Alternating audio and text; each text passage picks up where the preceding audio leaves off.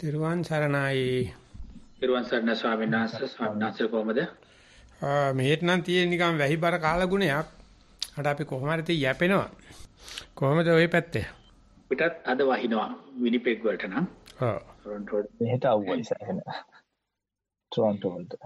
අපි අවුවැස්ස බලලා බෑ අපි වැඩි කරගෙන යන්න. හොඳයි ස්වාමීන් වහන්සේ.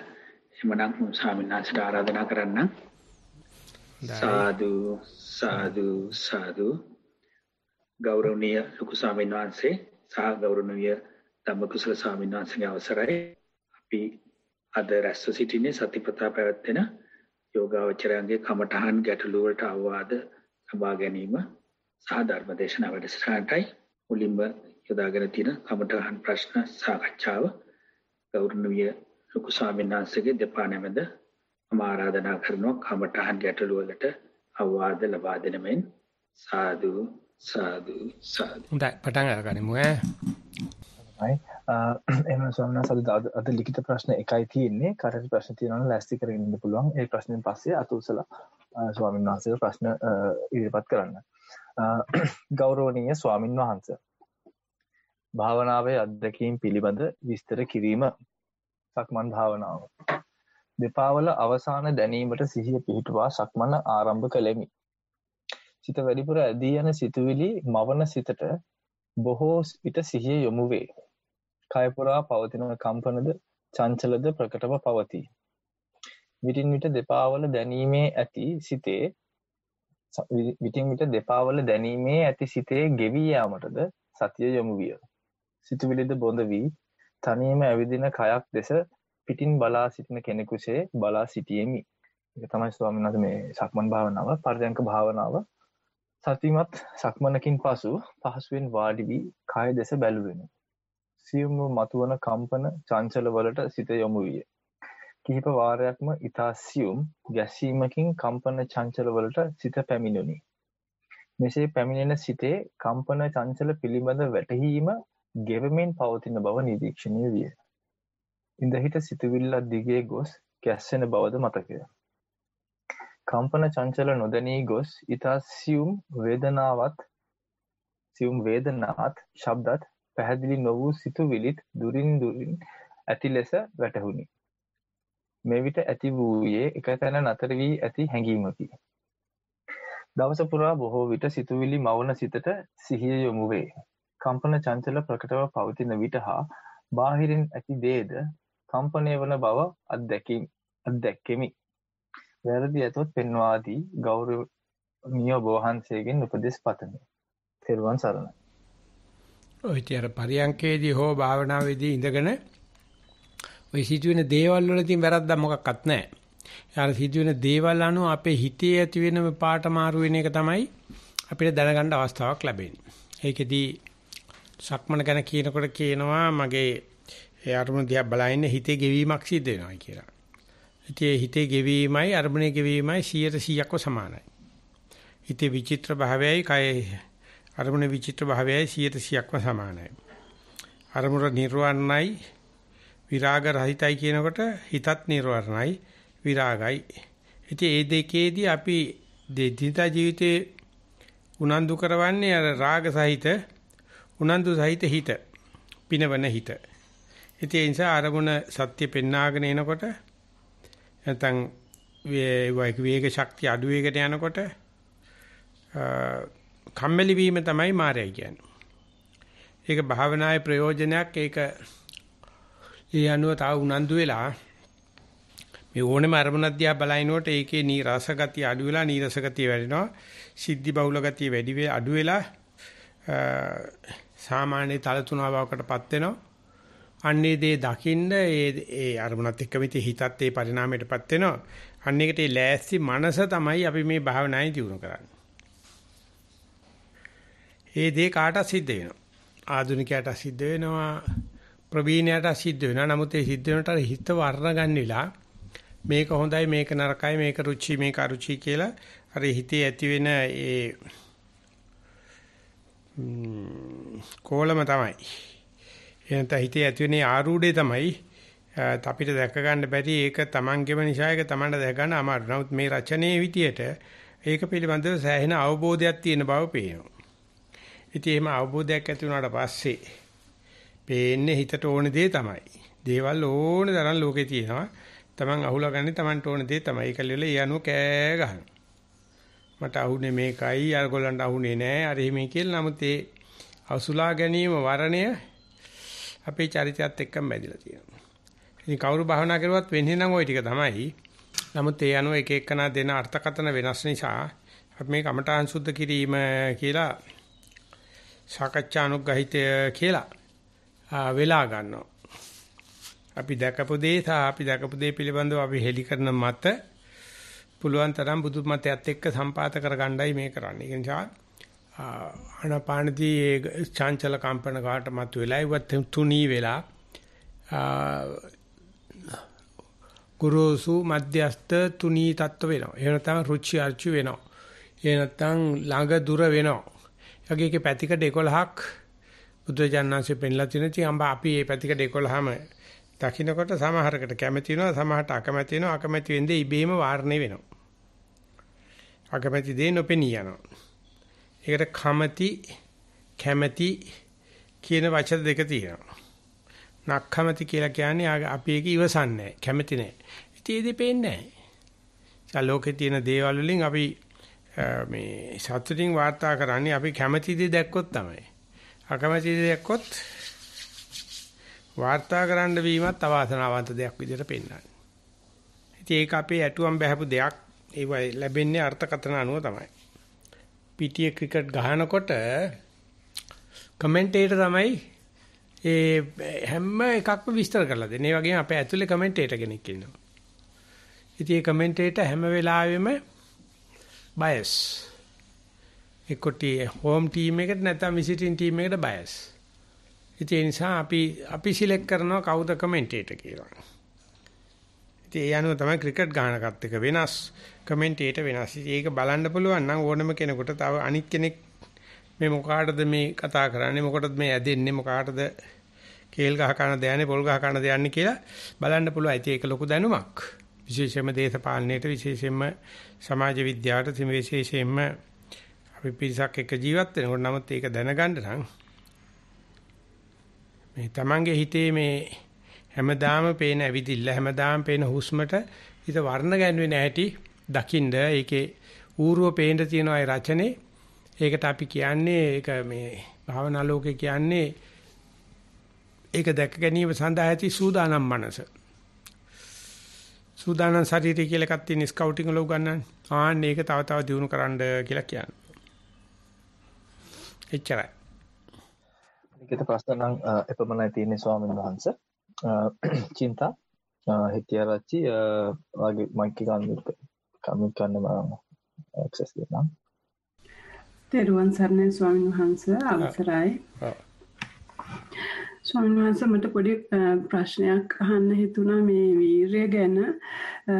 සාමාන්‍යයෙන් මම අර්ධ පර්යංකයක තමයි බුදු පිළිමයක් ඉස්සරහා භාවනා කරන්න සාමාන්‍යයෙන්. දැන් අර මට තේරෙනවා නිකන් ශ්‍රද්ධාව සීලය එහෙම ටිකක් බොඳ වෙලා යන ගතිය තේරෙනවා. ඒක නිසා පොඩ්ඩක් එතනට යන්නත් පොඩි කියන්නේ එච්චරම අර ශ්‍රද්ධාව අඩු නිසා එතනටම යන්න ඕනේ කියන ගතියත් අඩු වෙලා තියෙනවා.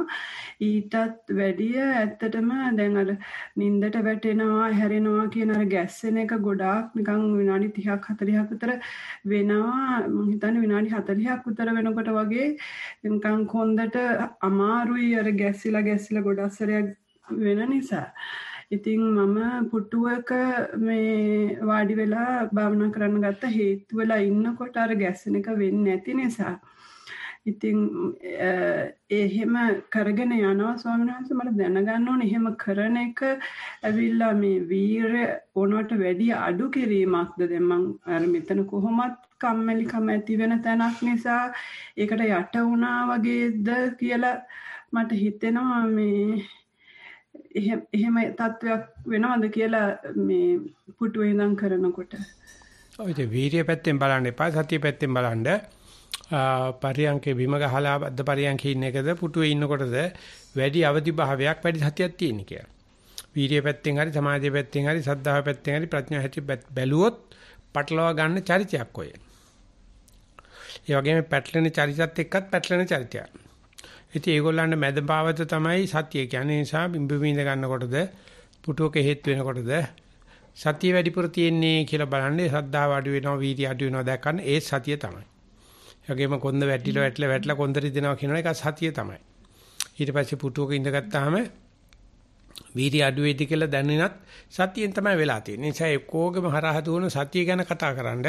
එතකොට ප්‍රශ්නයක් එන්නේත් නැහැ හුඟ වෙලාවට. ප්‍රශ්නේ Taman අතේ උත්තරේ Taman අතේනේ. ඒ නිසා ඉරියව්ව මොක වුණත් එතෙන්දී සතිය වර්ධනයක් වෙනවද කියලා බලන්න තොරතුරු මැදි ගතිය පේනවා. හැබැයි ඒ තොරතුරු විවෘතයි. දිගට කරනකොට ඒ තොරතුරු පෙනේ. ඒක නිසා ඒ හැමදේම සතියේ තේමාවෙන් බලන්න ගත්තොත් නොබෝ කාලකින්ම ප්‍රශ්නත් එක්කම උත්තරේ ලැබෙනවා. නැත්තම් ප්‍රශ්න Taman ගා උත්තරේ හොයන්න වෙන කෙනෙක් හොයන්න ඕනේ. දිග ගමනක්. ඒ ඔක්කොම දිග ගමන් වැල්වට අරන් එන්නේ සතිය අමතක වෙච්චාම තමයි සතිය හරීම නිර්වුල්. සතිය හරීම ඍජුයි. සතිය හරීම සරලයි. ඒ නිසා සතිය මුල් කරගෙන ඔය අත්දැකීමෙන් දිගට කරගෙන යන්න කියලා කියනවා. එහෙම ස්වරන්ස සතිය නම් තියෙන බව ඒකට පැතිරිලා වගේ තියෙන බව වැටහෙනවා. මේ අර සතියෙන්ම තමයි මට තේරෙනවා නිකන් ස්ට්‍රෙස් ගතියක් වගේ එනවා කියන එකත් තේරෙනවා. ප්‍රපංච වෙනවා කියලා තේරෙනවා. ඉතින් ඒකේ ඉන්නවා භාවනාවේදී ගොඩක් දුරට ප්‍රපංච වෙන්නේ නැහැ. සාමාන්‍ය ජීවිතේ ගොඩක් ප්‍රපංච වෙන බව පේනවා.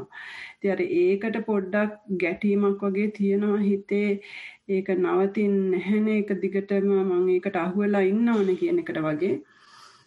මේ ඒක පේන්නේ සතියෙන් කියලාත් මට වැටහෙනවා. හැබැයි ඒක ඉවරයක් නැහැ. ඒක නඩු වෙන්නේ නැහැ කියන එක පේනවා. ප්‍රපංච කරන මිනිස්සු ආශ්‍රය කරන්න එපා. ප්‍රපංච කරන පරිසරයේ ඉන්න එපා. Taman තනියම ප්‍රපංච කරන එක හොඳයි. ඒ වගේ ප්‍රපංච කරන පරිසරයක පිරිසක ඉන්නවට වැඩියි. ඒකල දැම්ම ප්‍රපංච කරනවා කියලා දන්න එක හොඳයි. නොදන්න ප්‍රපංච කරනවට වැඩියි. ඔක්කොම සතිය අලංකාර තමයි. ඉතින් ඒ ටිකම දිනු කරගන්න, ඒ ටික දිනු කරගන්න ප්‍රපංච පිළිබඳ පාඩම මදි තව. අත්දැකීම් මදි. ඒ නිසා යන පාර හරිනම් විනාඩි 40ක් හරි කමන්නේ දඟලලා කොන්ද බැටරි එක නතර වෙනවා නම් ඒක කරන්න. එතෙන්ට යන්න අරින්න. ඒ ටික මේ සති ශීර්ෂයෙන් කරන්න කියන එක තමයි කියන්නේ. ඔය ආයක දීපු උත්තරේ හරි. එහෙම ස්වාමීන් වහන්සේ. බොහොම පිං තෙරුවන් සරණයි. තෙරුවන් සරණයි.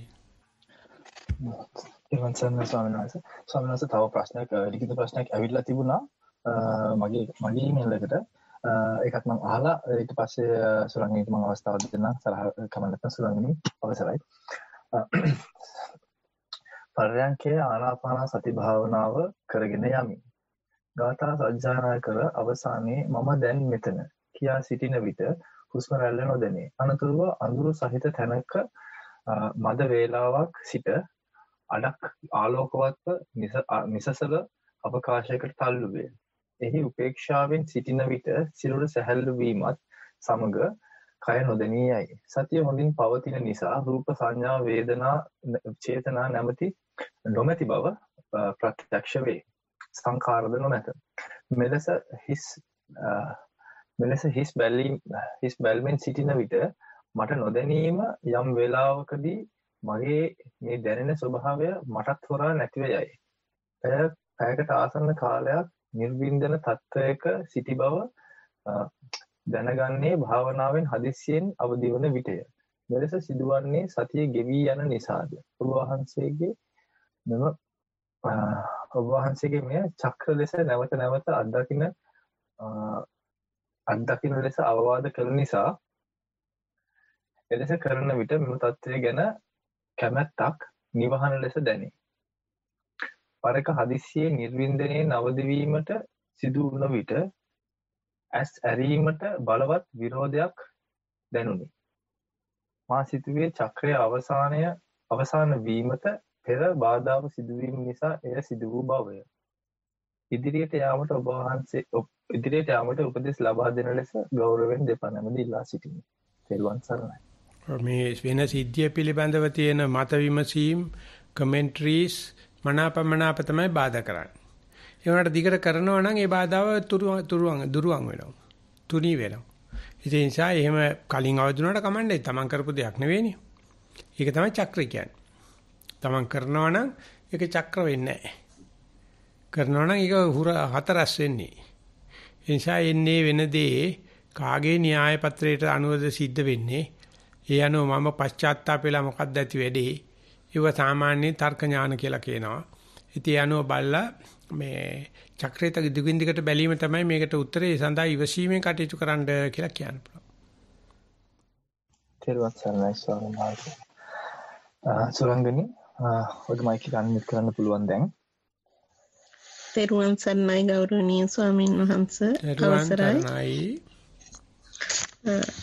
මම භාවනාව සුපුරුදු විදිහට කරගෙන යනවා. සක්මන පයත් දැනෙනවා, වටේ පිටේ සියලුම දේවලුත් මට හැහෙනවා. ඒ වුණාට බාධාවක් නැහැ. ඒක කරගෙන යනවා. පරියන්කයත් හුස්ම රැල්ල දැනෙන්නෙත් නැහැ. දැන් කම්පන චංචලත් දැනෙන්නේ නැතුව යනවා.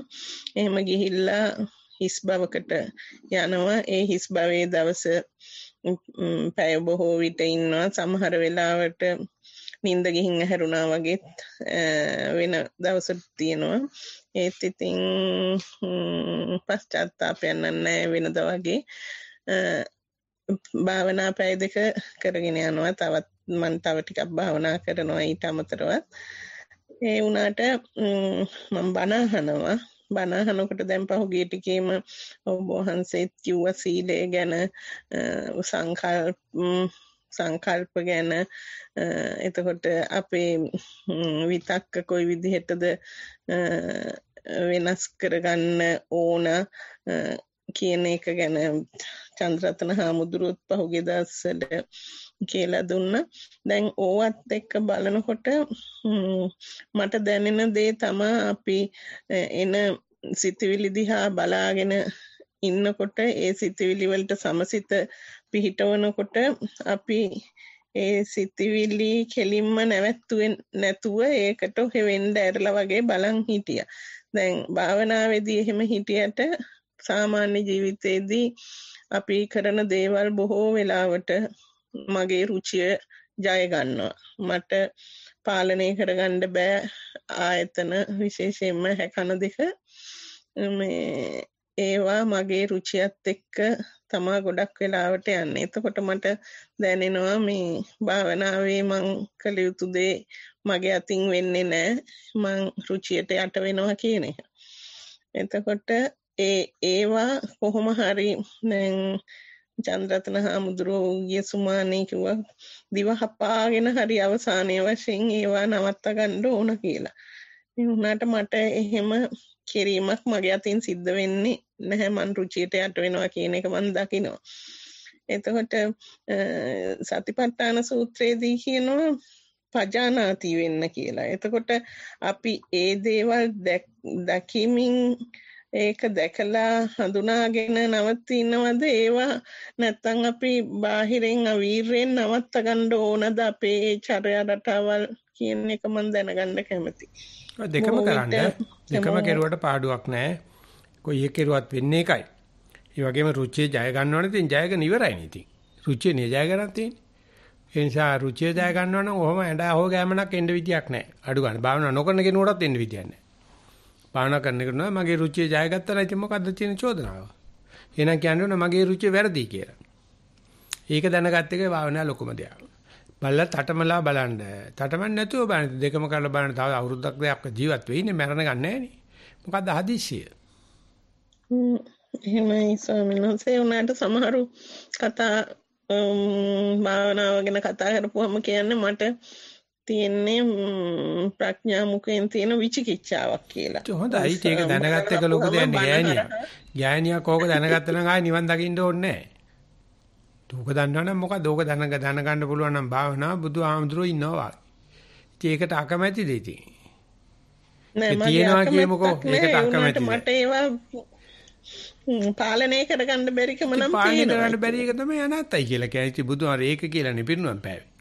පාලනය කරගන්න පුළුවන් කියලා පිරුණම් පෑවද? ඔබ බුදුහාමරට උඩින් යන්න හදනවද? අනේ අම්මේ නෑ ස්වාමීන් වහන්සේ. ඒක මොනවද මේ අඬාවෝ ගන්න? ඉබේ නිකන් කෙඳිරි ගෑවෙනවා. අනේ ඒ ඵලයන් සුරංගනියන්නේ. කියන්නේ එන දෙයක් දිහා බලාගෙන හිටියාම හරි. අනේ ඵලයන් සුරංගනියන්නේ. මොනවා හරි දෙයකින් ප්‍රශ්නයක් හදා ගන්නවා. මොනවා හරි දෙයකින් ප්‍රශ්නයක් හදා ගන්නවා. හදාගෙන ඉවරලා ඉතින් අඬාවෝ ගන්නවා, චර්චුරු ගන්නවා, නාහේ පියාගත්තේ නැතුව වගේ. මොනව කරන්නද? මටත් දැන් ඔය අහලා උත්තර එන්නේ නිකන් අනායාසයෙන්ම වගේ. ඒක බැදීම මේ කරදරයක් නැති වෙච්ච මෙච්චර ලෝකෙ මේ කොරෝනා තියෙනවා. මෙච්චර මේ ලෝකේ මේ ආර්ථික උද්දමන තියෙනවා. මේ බලන්නකෝ මගේ රුචිය හරි ගිහිල්ලා. ඔන්න ප්‍රශ්නේ. නේතෝ. නේ බස් ඉන්නහස තෙරුවන් සරණයි. තෙරුවන් සරණයි. අපි යනවා ඊගා එක්කනට නිරෝෂ්. තෙරුවන් සරණයි ස්වාමීන් වහන්සේ. බන්දුල සොයිසා අවසරයි ස්වාමීන් වහන්සේ. මට මේ වාසිකේ දිනෙදා කටයුතු වලදී පොඩි උපදේශක් ගන්න ඕන. මේ මට ස්වාමීන් වහන්සේ මේ ඊයේ කෙනෙක් එවලා තිබුණා මගේ මේ WhatsApp එකට යම් කිසි පණිවිඩයක් මේ ලංකාව ගැන. ඉතින් මම ඇත්තටම බොහොම අඩුවෙන් WhatsApp messages බලන්නේ. නමුත් ඒක දැකලා මම විවෘත කරෙත් නෑ වගේ. හැබැයි ඒක එහෙම පැත්තක තියලා අද උදේ මම නැගිට්ටම් සායනාසිකින් ලොකුවට මේ හිතේ යනවා ඒක ගැන කතන්දර. ඒ නිසා මට මේ ඒ පුද්ගලයා හදන්න ඕන, ඒ පුද්ගලයාට ලියන්න ඕන, ලෝකේ හදන්න ඕන විවිධ දේවල් යනවා. හැබැයි ඒකම සංස මට මතක් වුණා මේ පහුගිය ටිකේ මම බණක් ඇහුවා වංශකේ මේ දුක ගැන. මට මේක ලෝකේ තාත්තේ මෙහෙම නැහැ, මේක බාර ගන්න බැරි. මේ මගේ හිතත් පෙළෙනවා කියලා. ඉතින් මම ඒක හැබැයි එහෙම බාර ගන්නවා කිව්ව ගමන් බොහොම දුරට හිත නිකන් සැහැල්ලු වුණා කියලා මට තේරුණා. ඉතින් සරණංශ මේ මට අහන්න හිතන ඔබ වහන්සේගෙන් මට ඒ කියන්නේ මගේ ගැටලුව ඉවර වුණා. නමුත් ඒ වෙලාවක මම මේ සතියද එතන ඉදිරිපත් උනේ, එහෙම නැත්නම් මගේ මෝඩ ප්‍රඥාවක් වගේ එකක් ඉදිරියට ආවද කියලාත් මට නිකන් එහෙම සිතුවිල්ලක් ආවා. ඉතින් මම වහන්සේගෙන් දැනගන්න කැමතියි කොහොමද මේ අපි මේ ප්‍රතිපදාව ගෙනියනකොට මේ දුක කියන එක සම්බන්ධ කරගන්න හැටි වහන්සේගෙන් අවසර ලැබෙනවා. ඔය විදිහට බීරෙක් වගේ නැහින කෙනෙක් වගේ ගොළුෙක් වාගේ ඉඳලා බේරෙන්න කියනකොට බුදුජානනාංශي අපි අපහසුවටපත් කරනවාද? එහෙම නැත්නම් අපි මේ බීරියලියට වේනා ගායනා කරුවා වගේ දෙයකටපත් වෙනවාද? එහෙම නැත්නම් ඒ අතරමැද අපිට අපේ දිනචරියාව කරදරයක් නැතුව කරතයි. WhatsApp බැලුවත් මේකේ පණිවිඩෙන් සැලෙන්නේ නැහැ. ඒ වගේම පණිවිඩකාරයට උත්තර දෙන්න යන්නෙත් නැහැ. බලපු තොගේම මෝඩකම. ඔය එකක්වත් මේ නිවන් දකින්න ලියපු WhatsApp එහෙම දැකලා තියෙනවද කවදාකවත්?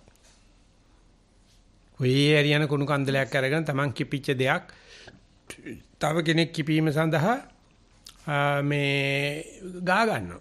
සංක්‍රමණික රෝග. ඔය කොරෝනා වලට ටිකක් භයානකයි. ඉතින් ඒක මේ ඒ WhatsApp account එක වහලා දැම්මයි කියලා නිවන් දකින්න නැහැ.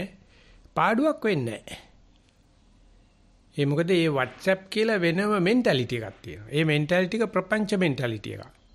ඒක හැම වෙලාවෙම මේ Taman එක ඉන්න කට්ටියගේ කක්ක කරලා ගහ ගන්න මේ දැන් අපේ වයසේදී ඒක අල්ලන්නේ නැහැ දැන්. අපි ටිකක් වයසයිනේ දැන්. ඉතින් WhatsApp තිබිච්චාවයි. ඒ ගහ ගන්න ඕනේ කට්ටියගේ ගහ ගත්තට අපිට ප්‍රශ්න නැහැ. අපි හොදන්න යන්න ඕනෙත් නැහැ. WhatsApp තිබුණයි ප්‍රශ්නිකුත් නැහැ. ඉතින් ඒක ගණන් ගන්න නැතුව ඉන්න කතිය හොඳද නරකද කියලා ඉතින් අපි තාම ජීවත් වෙනානේ.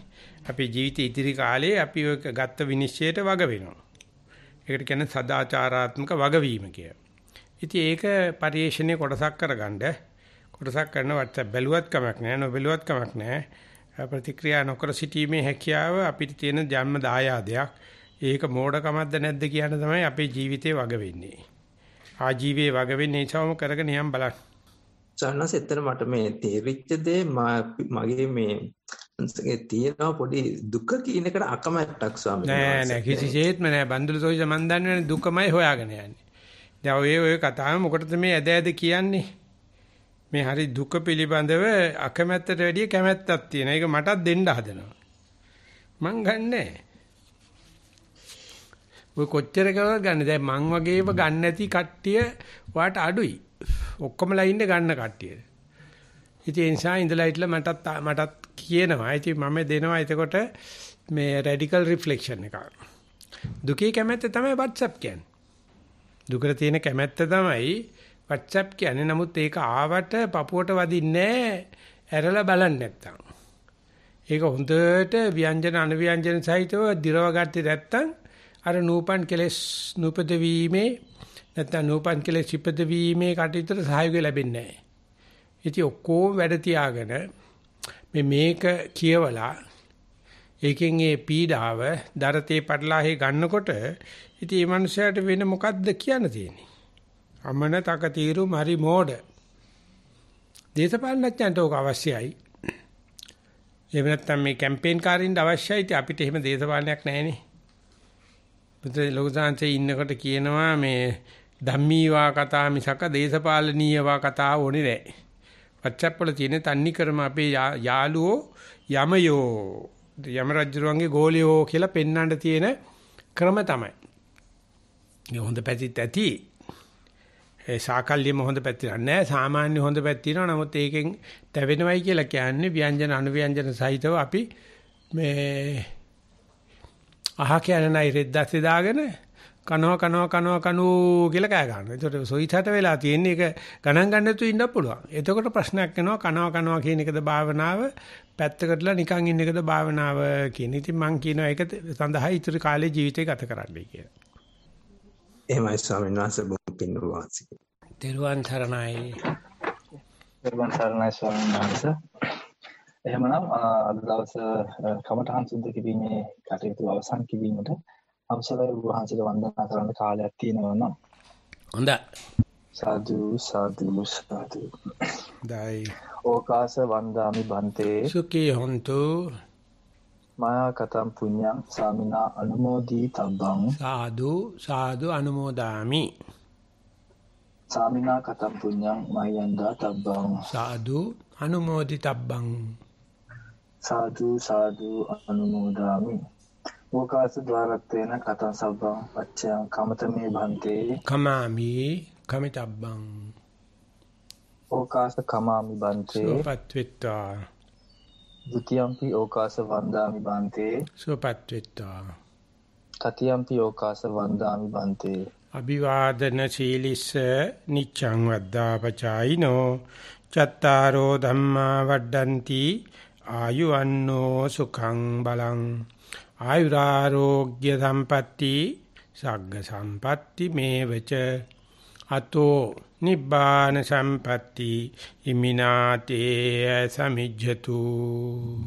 සීලවන්තං ගුණවන්තං පුඤ්ඤක්කෙතං අනුත්තරං දුර්ලභේන මනාලද්දං පස්සිතුම් වන්දිතුම් වරං සාරිපුත්තාදි තේරාණං ආගතං පටිපාටියා සද්ධා සීල දයා වාසං බුද්ධ පුත්තං නමාමහං. සාදු. අපි මෙහෙන් සමු ගන්නවා. තෙරුවන් සරණයි. තෙරුවන් සරණයි ස්වාමීන් වහන්සේ. දෙහෙන තමකුසි ස්වාමීන් වහන්සේ. හොඳයි ස්වාමීන් වහන්සේ. සාදු. ගෞරවනීය ධම්මකුසල ස්වාමීන් වහන්සේගේ දෙපා නැමෙත මම ආරාධනා කරනවා. අද දවසේ ධර්ම දේශනය පවත්වන ලෙස සාදු. නමෝ තස්ස භගවතෝ අරහතෝ සම්මා සම්බුද්දස්ස. නමෝ තස්ස භගවතෝ අරහතෝ සම්මා සම්බුද්දස්ස.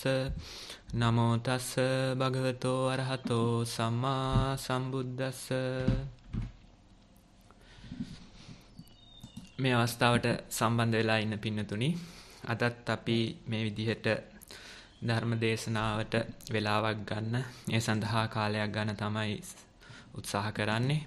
ඉතින් අපි යම්කිසි මම හිතන්නේ වහුගිය සති 8ක වගේ ප්‍රමාණයක් තිස්සේ එක සූත්‍ර දේශනාවක් ඔස්සේ යම්කිසි පැහැදිලි කිරීමක් කරගෙන ගියා. ඉතින් අපි ඒක යන්තම් ගිය සතියේ ඉවර කරගත්තා. දැන් ආපහු අර පරණ පුරුද්දට තැන් වල පඳුරු තලතල යන්න පුළුවන් ගතියක්, ඒ විදිහේ පහසුවක් මටත් ඇවිල්ලා තියෙනවා.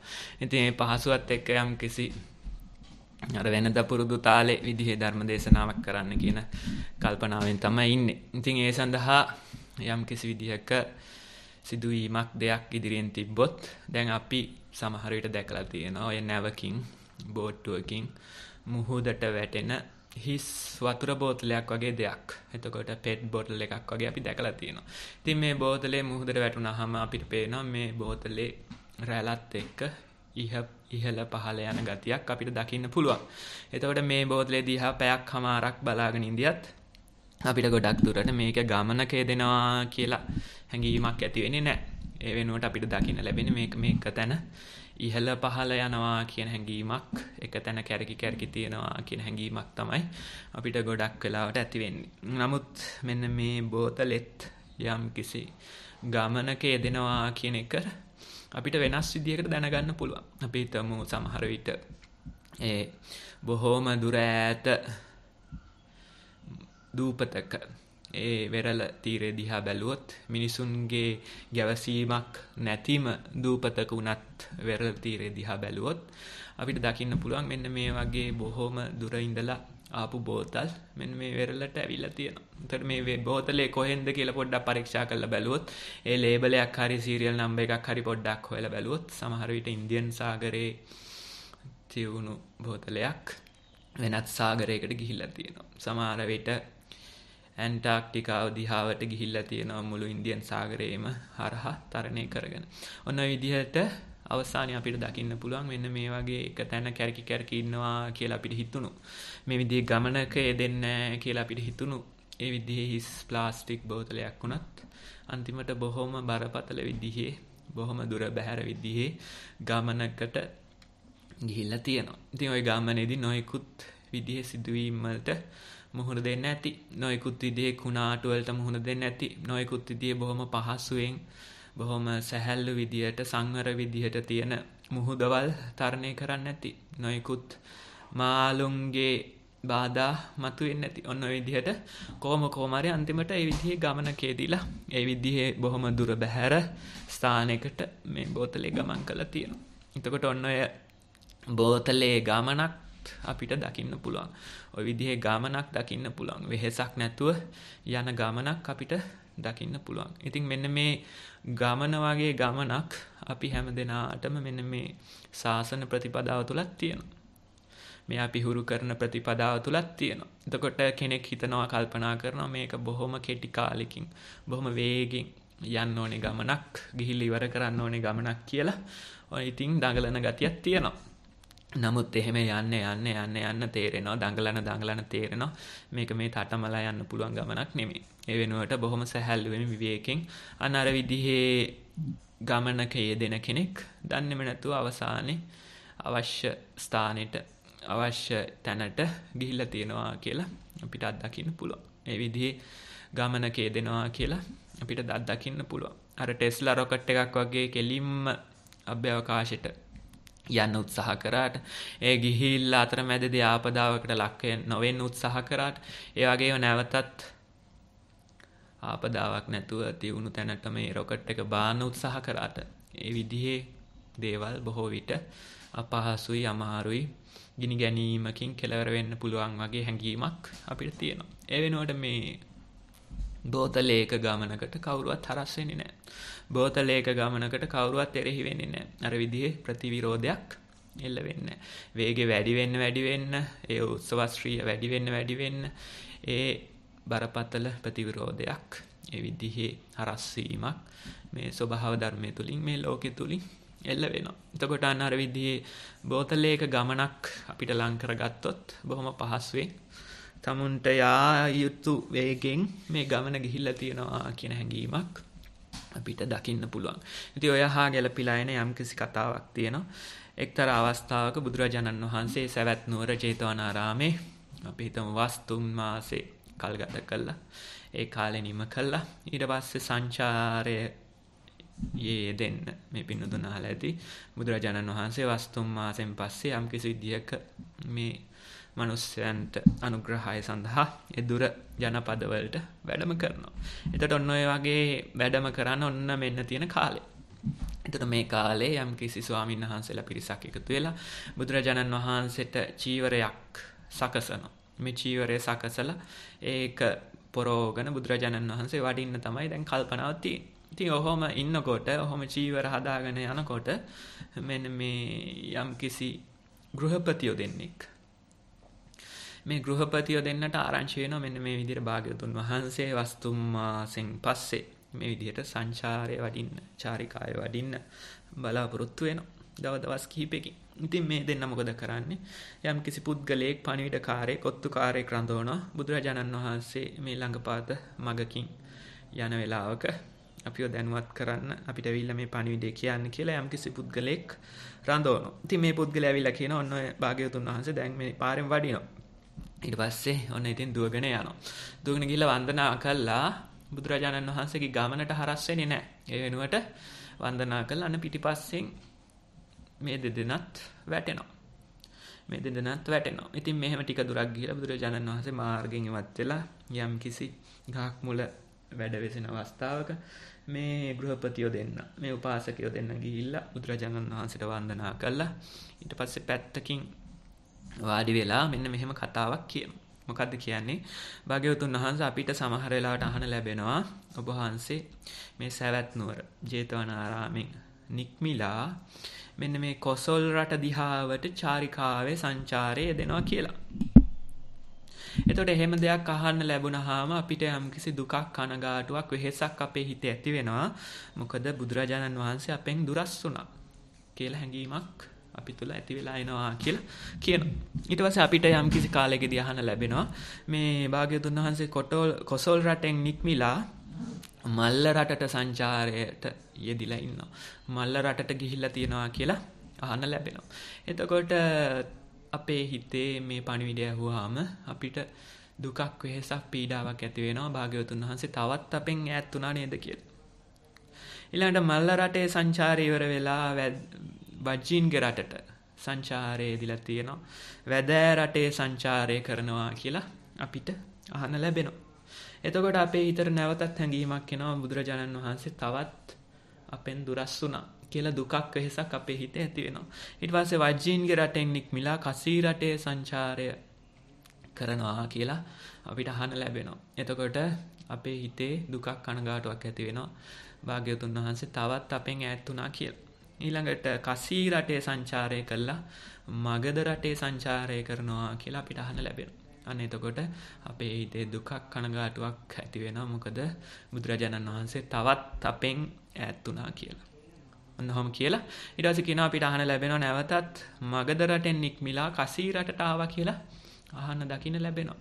අන්නේ වෙලාවේ අපිට සතුටක් සැනසීමක් ඇති වෙනවා අපේ හිතේ. බුදුරජාණන් වහන්සේ අපිට යම් පමණකට සමීප වුණා.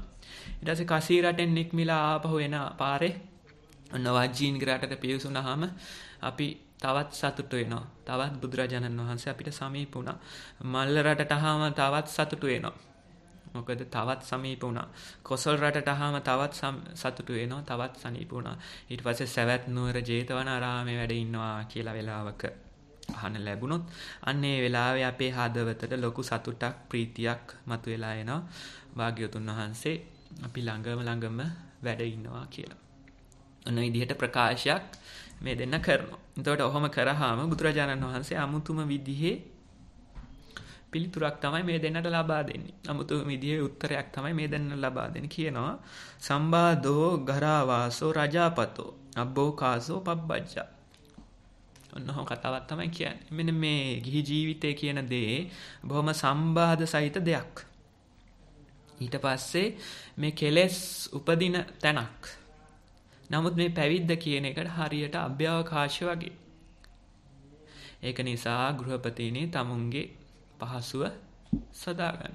තමුන්ගේ අප්‍රමාදය හදාගන්න කියලා බුදුරජාණන් වහන්සේ අමුතු විදිහේ උපදේශක් තමයි දෙන්නේ. ඒතර ওই උපදේශ අපිට යම් කිසි විදියක ලොකු ස්වාමීන් වහන්සේ කියනවා ඇහිලා තියෙනවා. අර ලොකු ස්වාමීන් වහන්සේ ගිහියෙක් විදියට ඇවිල්ලා ඒ ඥානාරාම ස්වාමීන් වහන්සේ හම්බෙලා යම් කිසි විදියක මේ පොතක් කියවුවා. ඒ පොත පිළිබඳ පැහැදිලිමක් ඇති වුණා. ඔබ වහන්සේ වන්දනා කළා. යන්න ආවේ කිව්වහම එතකොට ඒ ස්වාමීන් වහන්සේ ප්‍රකාශ කරා කියලා මොකද්ද? එහෙනම් මහත්තයෝ ජීවිතේ ඉතුරු කාලය ගෙවන්න සුදුසු තැනක් විවේක තැනක් හදාගන්න හොයාගන්න කියලා ප්‍රකාශයක් කරා කියලා සඳහන් වෙනවා. එතකොට ඔන්න ඔය වගේ ප්‍රකාශයක් තමයි බුදුරජාණන් වහන්සේත් මේ අවස්ථාවේදී කරන්නේ. මෙන්න මේ දෙදෙනාට මේ විදිහේ හැඟීමක් මේ විදිහේ අදහසක් ඇතුව මේ තමුන්ගේ අදහස හැඟීම ප්‍රකාශ කරාම අන්න කියනවා එහෙනම් විවේක වෙන්න. එහෙනම් තමුන්ගේ ජීවිතේ ඉතුරු පහසුව හොයාගන්න. මේ පැවිද්ද කියන එක හරියට අභ්‍යවකාශය වගේ මෙන්න මේ ගිහි ජීවිතය කියන එක බොහොම ඇවිරුණු සම්බාධ සහිත කෙලෙස් උපදින ස්ථානයක් කියලා සඳහන් කරනවා. එතකොට ඔන්න ඔය බුදුරජාණන් වහන්සේගේ සමීප වීම දුරස් වීම ගොඩක් වෙලාවට මේ ප්‍රතිපදාවක යෙදෙන කෙනෙක්ට උනත් අත්දකින්න පුළුවන්. විතක අපිට තේරෙනවා අපි බොහොම හොඳින් මේ ප්‍රතිපදාවේ යෙදෙමින් මේ අවශ්‍ය කටයුතු ටික කරමින් ඉඳිනවා කියලා. එතකොට අපිට අපේ හිතේ යම් කිසි විදියක සැනසීමක් සතුටක් ඇති වෙනවා. අපි බුදුන්ට යම් පමණකට සමීප වෙලා වැඩ කටයුතු කරනවා. බුදුරජාණන් වහන්සේ අපේ සමීපේ ඉන්නවා කියලා යම් කිසි හැඟීමක් අපි තුල ඇති වෙනවා. ඒ වගේම තවත් පිටක අපිට පේනවා ඉස්සර තරම් භාවනාවක් හරි මේ ප්‍රතිපදාවක් හරි සීලයක් හරි කෙරෙහි අපේ හිතේ නැඹුරුවක් නැහැ.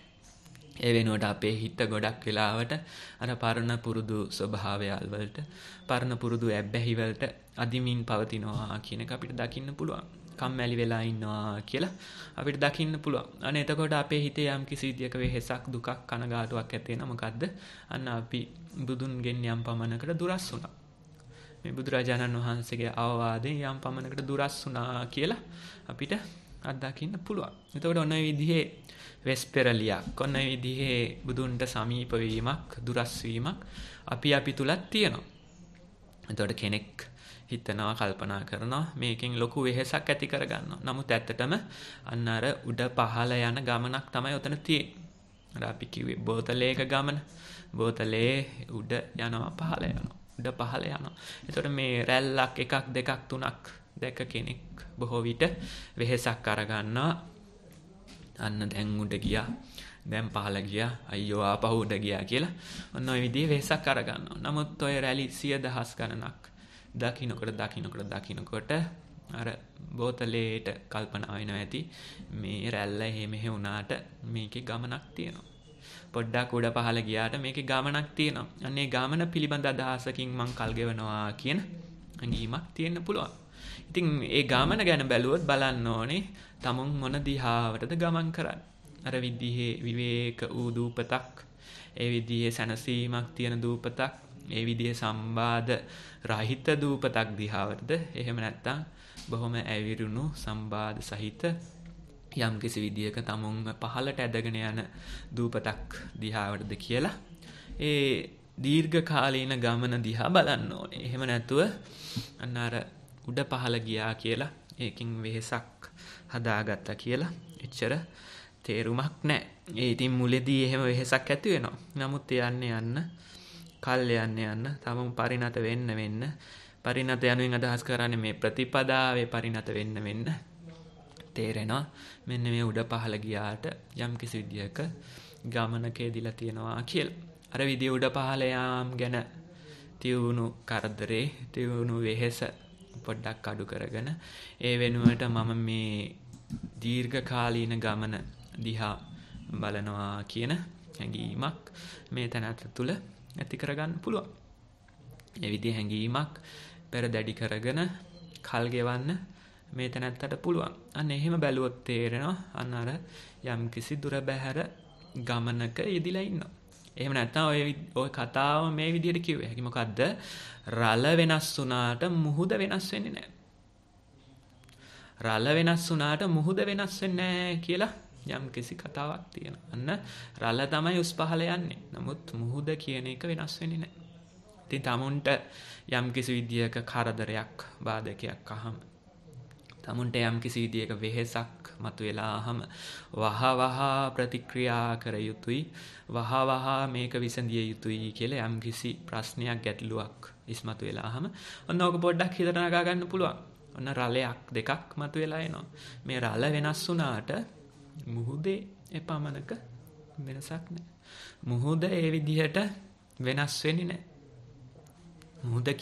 මුහුදේ තියෙනවා යම්කිසි ස්ථිර ස්වභාවයක්. අර රළ වේග තමයි හැම වෙලේම ඉහළ පහළ වෙමින් ගමන් කරන්නේ.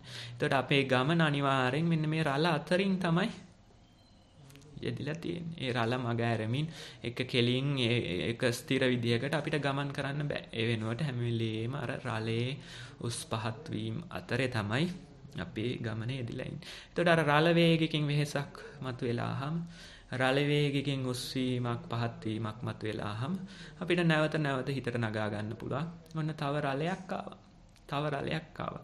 රළාවට මොකද මුහුද වෙනසක් වෙන්නේ නැහැ. ඉහළ පහළ ගියාට මොකද මේ ගමනේ වෙනසක් වෙන්නේ නැහැ කියන හැඟීමකින් අපිට කල්ගත කරන්න පුළුවන්. දැන් යම් කිසි විදියක ප්‍රශ්නයක් මතුවෙලාම දැන් සමහර විට වහවහ ප්‍රතික්‍රියා කරන්න අපිට අවස්ථාවක් එනවා. වහවහ ප්‍රතික්‍රියා කළා මේක විසඳන්න ඕනි කියලා අවස්ථාවක් එනවා. මට මේ බොහොම අසාධාරණයක් සිද්ධ වුණා. මම මේ විදියට නියමාකාරයෙන් මේ විදියට කටයුතු කරද්දි මේ තැනත්තා මේ නොගැලපෙන විදියට කටයුතු කරනවා. මේ විදිහට මගේ තියුණ ගමනට බාධාවක් යෙදෙනවා කියලා ඉතින් වෙහෙසක් අරගන්න පුළුවන්. අවශ්‍ය නම් කෑ ගහලා තමුන්ගේ ඒ ප්‍රශ්නෙට ගැටලුවට එරෙහිව සටන් කරන්නත් පුළුවන්. එතකොට එහෙම හැකියාවකුත් තියෙනවා. නමුත් අනිත් පැත්තෙන් පොඩ්ඩක් කාලෙට ඉඩ දීලා බලාගෙන ඉඳියොත් මේ වෙන ක්‍රියාවලියට ඉඩ දීලා බලාගෙන ඉඳියොත් අන්තිමට තේරෙනවා ඒ යම් කාලයක් තුල ඔය තියෙන බාධාව ගැටලුව මග ඇරිලා යනවා. ඒ යම් කාලයක් තුල මේ තැනත්තා විසින් එල්ල කරපු බාධාව ස්වභාව ධර්මයේ තුලින්ම මග ඇරිලා යනවා. සමහර විට වෙන මොකක් හරි කටයුත්තක් යෙදීම නිසා මේක අතපසු වෙනවා. නැත්නම් අර ඒ තැනත්තාගේ තියුණ ඒ හිතේ තියුණ වේගය කාලෙත් එක්ක නැති වෙලා යාම නිසා ගොඩක් වෙලාවට අතපසු වෙනවා. ඔය බාහිර පරිසරයේ ඉන්න පුද්ගලයෝ වැඩි දෙනෙක් ඔන්න ආවේගات එක්ක ක්‍රියා කරන කට්ටිය. එතකොට ඒගොල්ලන්ට මේ ආවේග කියන ඒවා හැමදාම ස්ථිර විදියට පවත්වන්න පුළුවන් දේවල් නෙමෙයි. ඒ වෙනකොට ගොඩක් වෙලාවට වෙන්නේ ඔන්න අඩු වැඩි වීමක් සමග තමයි මේක යන්නේ. එතකොට අපේ ප්‍රතික්‍රියාව දක්වන්න ගොඩක් වෙලාවට ඒක තව වර්ධනය වෙලා අර ගින්නකට භූමි තෙල් ගැවුවා වගේ තව වර්ධනය වෙලා එනවා. නමුත් ප්‍රතික්‍රියාවක් නොදැක්කොත් මෙන්න මේ ආවේගශීලී පුද්ගලයෝ මේ ආවේග අනුව වැඩ කටයුතු කරන පුද්ගලයෝ ගොඩක් වෙලාවට කාලෙත් එක්ක නැවතත් වෙන මොකක් හරි අල්ලගෙන ඒක ඔස්සේ නලියන දඟලන පටන් ගන්නවා. එතකොට තේරෙනවා අන්න තියුණ බාධාව නැති වෙලා ගියා. ඉතින් ඔන්නම් පොඩ්ඩක් මතක් කරලා දෙන්නත් පුළුවන්. ඒ වගේ තැනත් උනත් අන්න මේ රළ වේග වෙනස් වුණාට මුහුද වෙනස් වෙන්නේ නැහැ. රළ වේගවල උස් පහත් වීමක් තියුණාට මුහුදේ එහෙම දෙයක් නැහැ කියලා පොඩ්ඩක් මතක් කරලා දෙන්න පුළුවන්.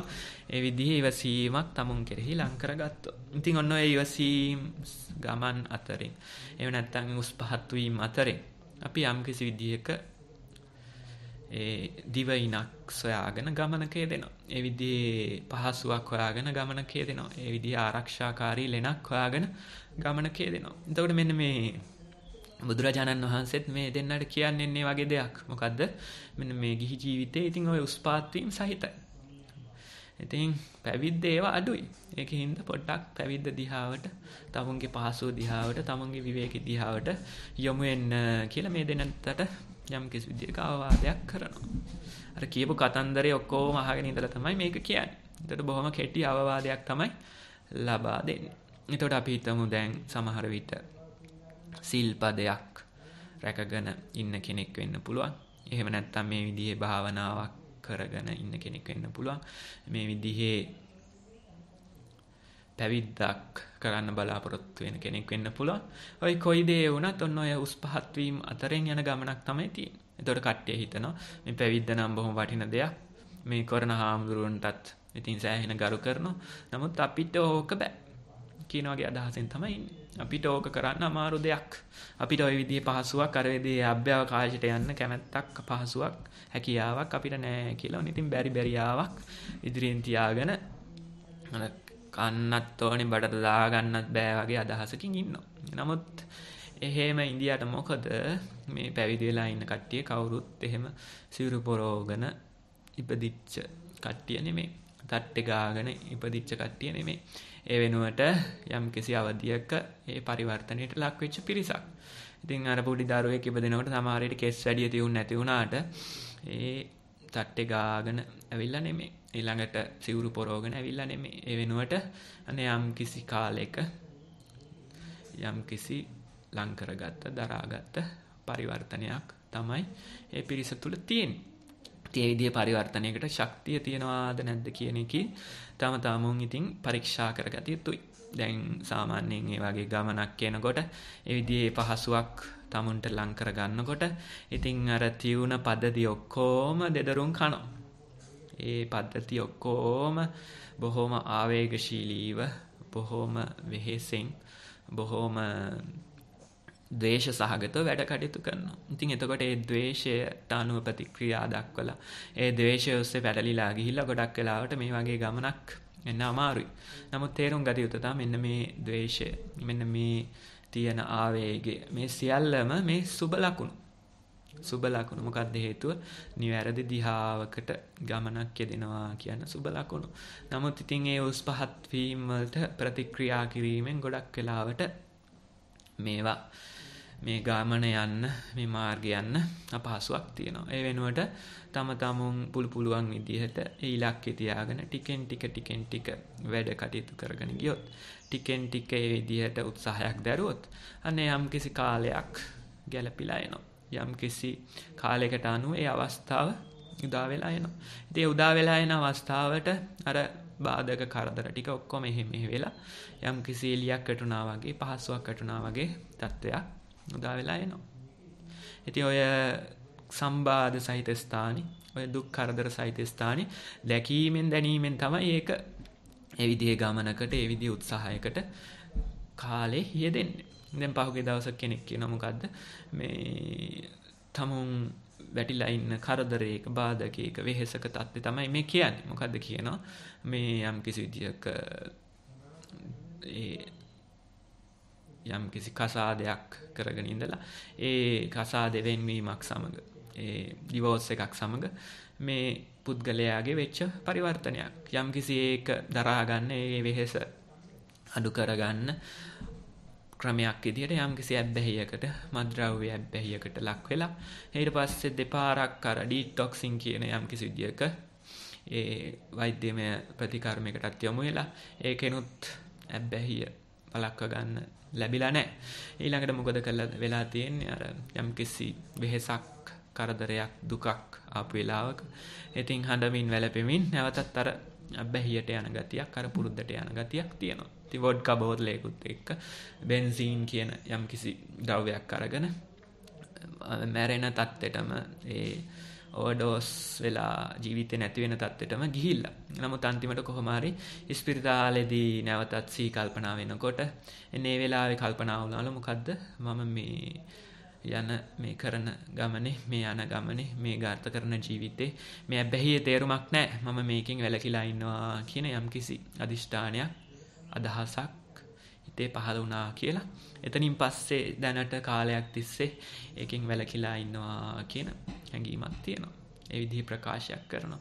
අර විදිහේ අපහසුතා වලින් බේරෙන්න, ඒවට සහනයක් විදිහට මෙන්න මේ විදිහේ අබ්බැහියකට ලක් වුණා. ඒ අබ්බැහිය තුලින් මම ජීවිතේ නැති වෙන තත්ත්වෙටම ගලාගෙන ගියා කියන මේක තියෙනවා. ඉතින් එහෙම ගිහිල්ලා කොහොම හරි නැවතත් අන්න කල්පනා වෙලා අදහසක් ඇවිල්ලා නැවතත් වෙනත් දිශාවකට හැරීමක් තියෙනවා. අන්නේ හැරීම තුලින් ගමනකේ දෙනවා කියලා නැවතත් සුබ දිශාවකට ගමන් කරනවා කියලා. ඉතින් මේ පුද්ගලයාගේ යම්කිසි ප්‍රකාශයක්, හැඟීමක් තියෙනවා. ඉතින් මේ වගේ කෙනෙක්ට අපි කොහොමද කියන්නේ? කොහොමද කියලා දෙන්නේ? මෙන්න මේ ඇවිල්ලා තියෙන දුක් ටික තියෙනව නේද? ඔන්න දුක් ටික ගොඩක් වෙලාවට අපිට වෙහෙස දනවන සුළුයි. ගොඩක් වෙලාවට අපිට අපහසුයක්, අමාරුවක් දනවන සුළුයි.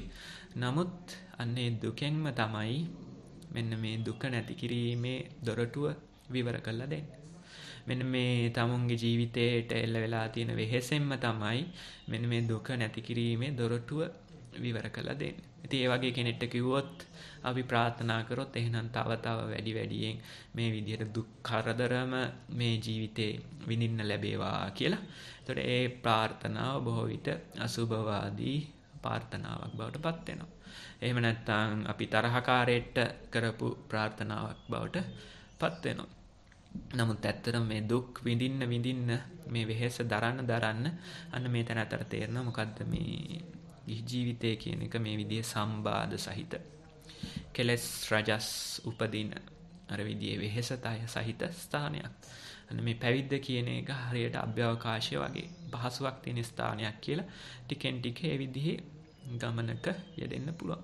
ඉතින් කවුරුත් ඇවිල්ලා අරලෝලා යයි කියලා නම් බලාපොරොත්තු වෙන්න එපා. ඒ වෙනුවට තමුන්ටම එන ගමනක් තියෙනවා. තමුන්ටම මේ වෙහෙස දරාගෙන එන්න අවස්ථාවක් ගමනක් දුරක් තියෙනවා. අන්නේ දුර ගෙවාගෙන ආපු කෙනෙක් ඒ ඇවිල්ලා ඒ වෙහෙස විඳ දරාගෙන ඉවසා දරාගෙන ඉඳපු කෙනෙක් අන්න ටිකෙන් ටික මේ විදිහ අභ්‍යවකාශයට ගියා වගේ යම්කිසි පහසුවක් සැනසීමක් තමුන්ට ලං කර ගන්නවා කියලා දකින්න පුළුවන්.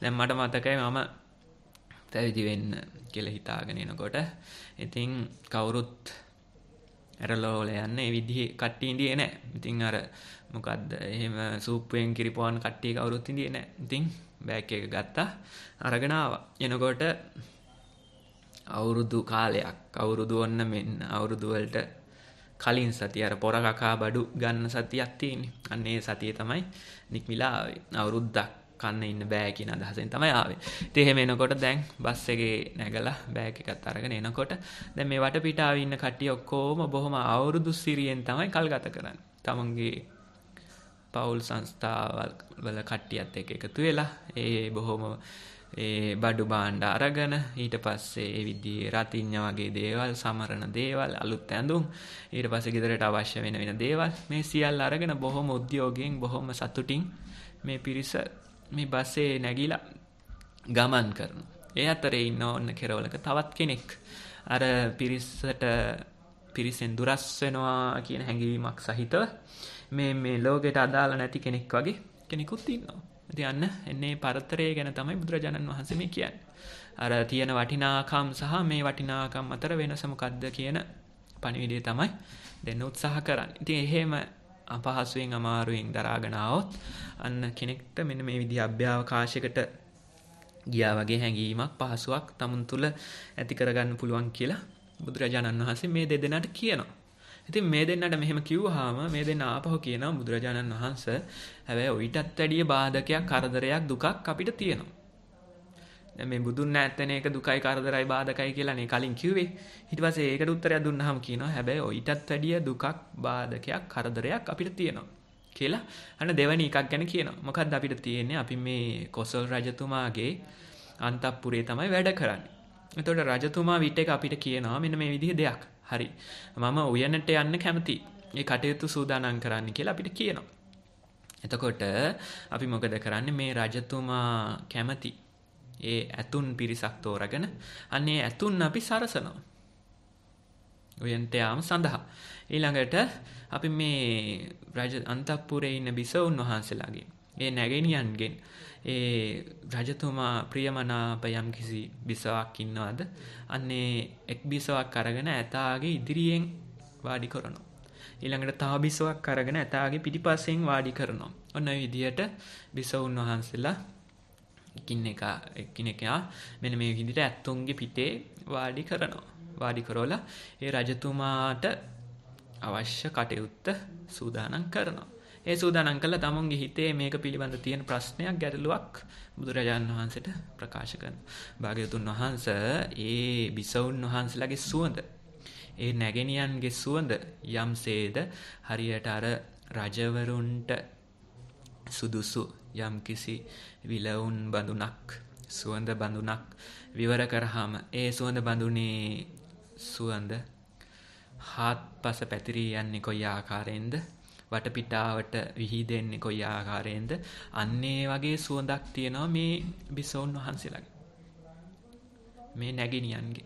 ඊට පස්සේ කියනවා මේ නැගිනියන්ගේ බිසෝන්ගේ ස්පර්ශය කොයි විදිහද කොච්චර මෘදුද කොච්චර ප්‍රියද හරියට කපු පුලුන් ඉඹුල් පුලුන් වල යම් කිසි ස්පර්ශයක් තියෙනවද අන්නේ වගේ ස්පර්ශයක් මේ නැගිනියන්ගේ ස්පර්ශය.